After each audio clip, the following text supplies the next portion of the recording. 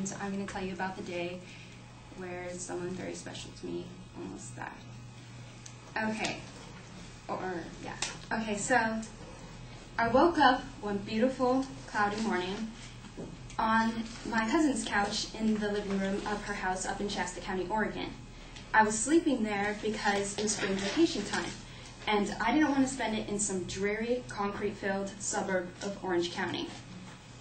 So when my cousin's family owned 29 acres of timber country.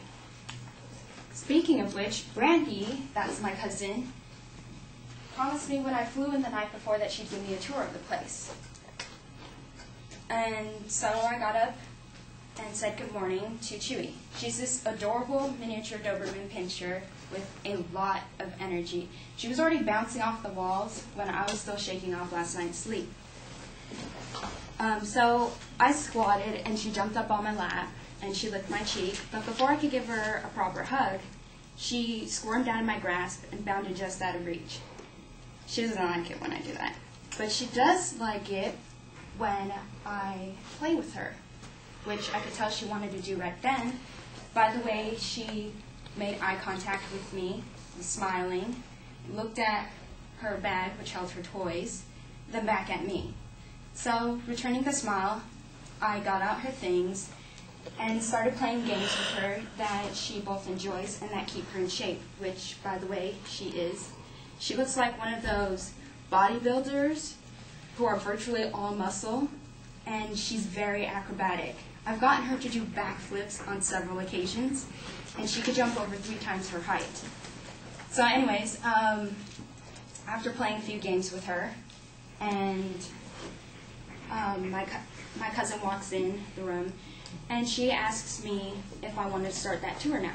So I'm like, sure, just let me get ready. So as I'm tying my shoes, I see Chewy sitting over by the doorway on her haunches with her head lowered.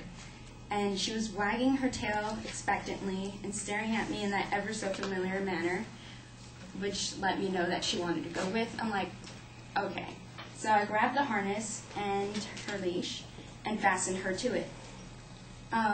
Then I called out to my cousin that I was ready. And so she said, okay, I want to take you to the fish pond first before I show you the horses because I know you're going to love them. So we started trotting along leisurely, enjoying the scenery, and Chewy was barking at just about everything that she saw and lunging at squirrels, birds, shadows, and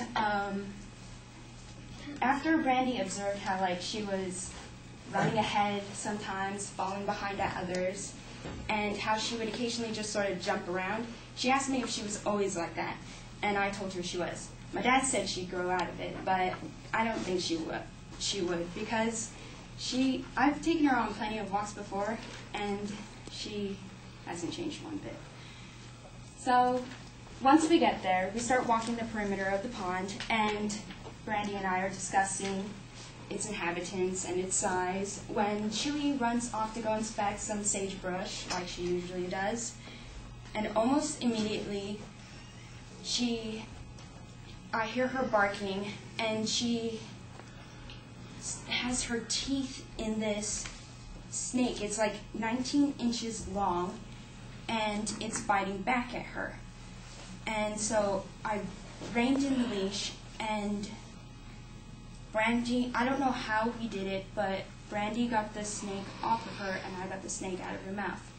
So we ditched the snake, ran back to her house, and took the car, and Brandy's like, oh, well, I think there's a pet clinic in town which might be able to help her. And I'm like, oh, great. Well, town's like 40-minute drive away going the speed limit. Of course, we don't go the speed limit. And, but we get there in half the time, but it felt like hours staring at her bite wounds, like swelling, and it's hard to get her to stop scratching it. And, but we get there. We talk to the vet, describe what the snake looked like, and he says it looks like a garter snake. And after examining her wound, he patches it up, and gives me some ointment to reduce the swelling and the itching, and says that she's fine and that everything was going to be okay.